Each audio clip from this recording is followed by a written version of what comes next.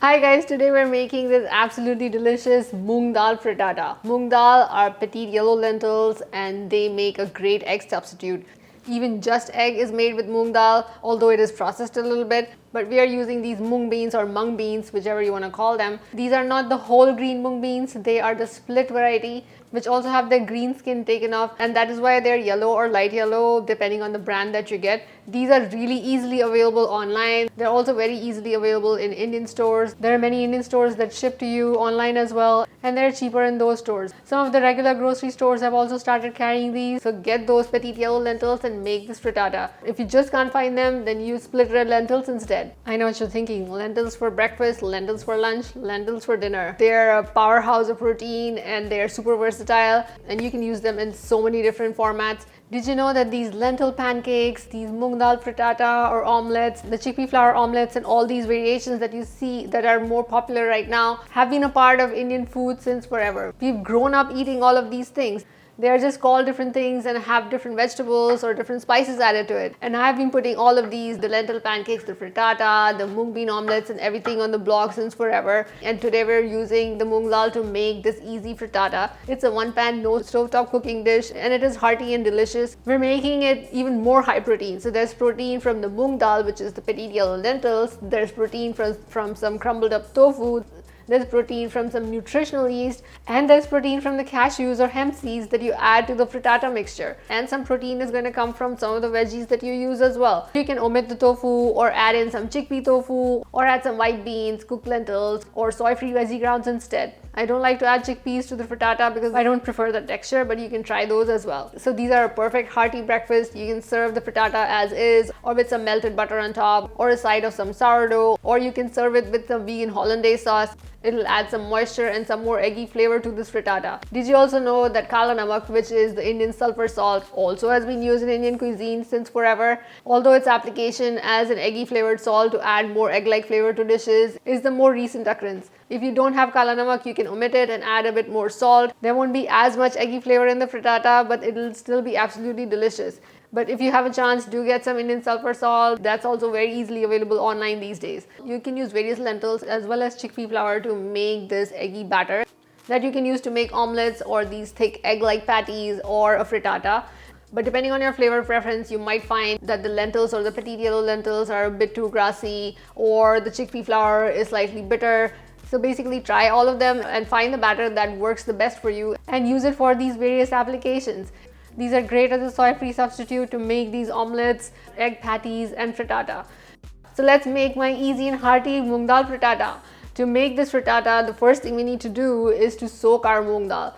We wash our moong dal really well. You might have to wash it once or twice depending on the amount of dirt that's there in the dal, and then you drain it and soak it in some warm water. For the best result, you have to soak the moong dal for at least 3 hours.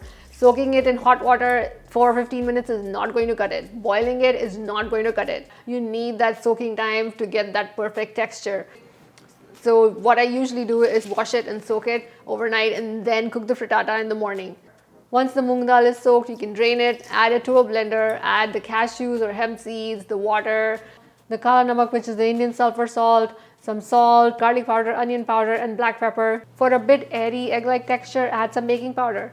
You can also add in some other flavors like Italian herb blend or paprika. I also add some nutritional yeast for additional flavor and protein. You can omit the nutritional yeast and for more flavor, add in a little bit of miso. That is also again optional. It just adds a nice depth of flavor to the mixture. Blend all of this until the mixture is really smooth. I usually blend it for a minute and let that sit for about 5 minutes and then blend again for half a minute or so, and that will blend it up really well depending on your blender.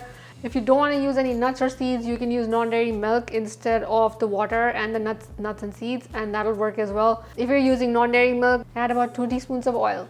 I avoid using non-dairy milk because a lot of the packaged non-dairy milks have sweeteners added to it, so that throws off the flavor. Coconut milk works out really well, but sometimes that also kind of throws off the flavor. So some nuts and seeds with water make a more neutral non-dairy milk kind of mixture while blending, and that is a much better flavor profile. Once you have the batter blended, chop up all of the veggies that you want to use, gather all the spices, and then line a baking dish with parchment. Add the veggies. I use mushrooms, onions and bell pepper and spread it on the parchment lined baking dish. Then add a drizzle of oil. Sprinkle some spices. I like to add some smoked paprika, thyme and oregano, some salt and pepper, and then toss really well to coat all of the veggies and spread them again until they are an even layer. Then we bake these for about 15 minutes so that the mushrooms and peppers can cook a bit. Then we remove the baking dish from the oven, add some crumbled up tofu, some chopped spinach or some thawed and squeezed frozen spinach, add in some sun-dried tomato for some more flavor, some green onion, and then pour all of the blended moong dal mixture into the pan. Mix a little bit with a spatula and even it out. Then top this frittata with more veggies, black pepper, and some vegan parmesan. Bake until the center is set. Check with a toothpick in the middle of the frittata. It should not have anything sticking to it. Once the edges are golden and nothing is sticking to the toothpick, take the frittata out of the oven.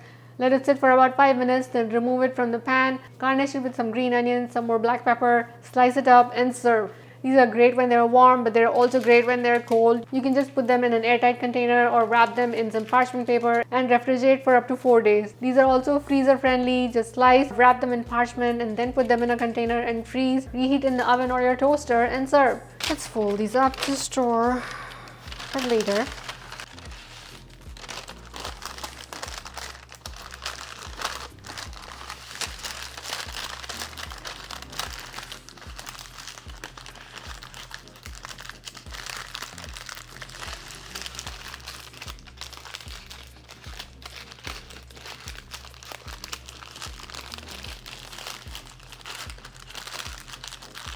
They also make a great addition to a sandwich. They're kind of like an egg patty in the sandwich. So add some sauces of choice, this frittata, some vegan bacon, and some lettuce, and this is going to be a mind-blowing sandwich. So these are my amazing moong dal frittatas. I have plenty of savory breakfasts on the blog and many of them are high protein. I have my tofu scramble with my scramble seasoning. The scramble seasoning is a game changer. If you have that scramble seasoning on hand, you can whip up a tofu scramble or an omelette really quickly. I have my moong dal chila, which is moong dal omelette. I have my lentil omelette. I have a moong egg omelette, which also uses a similar batter. I also have a moong chila, which uses whole moong beans. I have some savory waffles like my potato quinoa waffles, my spinach waffles, or my pizza waffles. Talking about pizza, also try my pizza baked oats. I know what you're thinking, baked oats and savory and pizza, but that savory oat bake is so good with the sun-dried tomato, olives, and all of the pizza toppings. If you love oats and if you love pizzas, you have to try that one. I have a breakfast quesadilla with tofu and these smoky bacony potatoes. That's a great one too. And some savory chickpea flour waffles.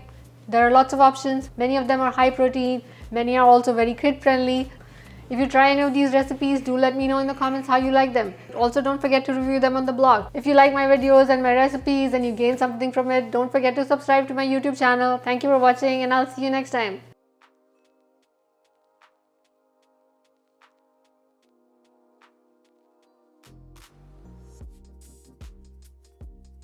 Hi guys, today we're making this absolutely delicious. Everything is always delicious, I know.